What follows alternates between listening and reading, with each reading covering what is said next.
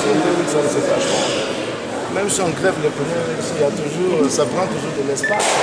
Il suffit de vous balader, de faire mener votre enquête. Vous allez vérifier si effectivement il y a des verres qui traînent dans les placards ou dans les salons.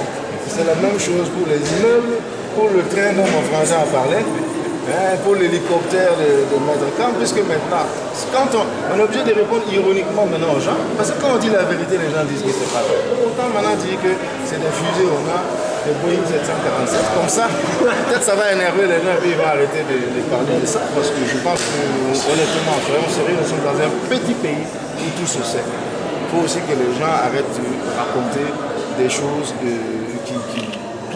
c'est comme la théorie de Socrate, la fameuse théorie de trois films. Mais quand tu raisonnes dans ce sens-là, il ne faut pas écouter des âneries, les gens viennent raconter tout ce qu'ils veulent.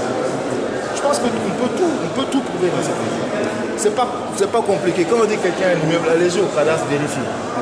Même les ayants doivent aller voir son cousin, son arrière-grand-mère. Aller interroger son cousin, son arrière-grand-mère pour savoir à qui appartient cet immeuble-là. On a tout dit. On me dit que j'ai un immeuble. J'ai un immeuble, j'ai acheté une maison en France. Moi, je vis en location ici.